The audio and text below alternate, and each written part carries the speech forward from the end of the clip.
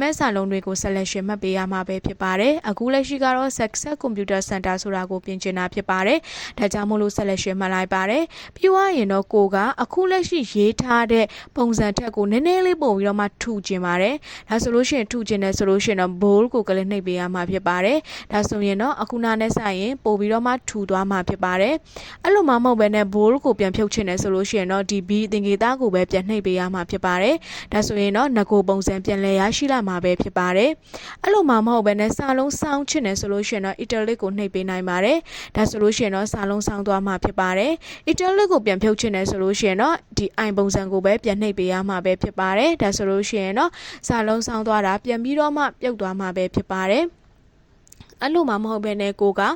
underline တားချင်ပါတယ် underline တားချင်တယ်ဆိုလို့ရှိရင်တော့ဒီ u ပုံစံလေးကိုကလစ်နှိပ်နိုင်ပါတယ်ဒါဆိုလို့ရှိရင်တော့စာလုံးတွေရဲ့အောက်မှာအောက်ခံမြင်း underline တားထားပေးမှာဖြစ်ပါတယ်အဲ့လိုမှမဟုတ်ဘဲနဲ့မြင်းပုံစံပြင်ချင်တယ်ဆိုလို့ရှိရင်တော့ဒီ u သင်္ကေတရဲ့ဘေးနားမှာရှိတဲ့အောက်စင်တဲ့များကိုနှိပ်ပေးနိုင်ပါတယ်ကိုကနှစ်ကြောင်းမြင်းတားချင်တယ်ဆိုလို့ရှိရင်တော့ double underline ကိုရွေးပေးနိုင်ပါတယ်ဒါဆိုလို့ရှိရင်တော့နှစ်ကြောင်းမြင်းတားထားပေးမှာဖြစ်ပါတယ်ကိုက underline ပြန်ဖြုတ်ချင်တယ်ဆိုလို့ရှိရင်တော့ u သင်္ကေတကိုပြန်နှိပ်ပေးရမှာဖြစ်ပါတယ်ဒါဆိုလို့ရှိရင်တော့မြင်းပုံစံပြန်ပြီးတော့မှပြတ်သွားပြီးတော့မှငကိုပုံစံပဲပြန်လည်ရရှိလာမှာပဲဖြစ်ပါတယ်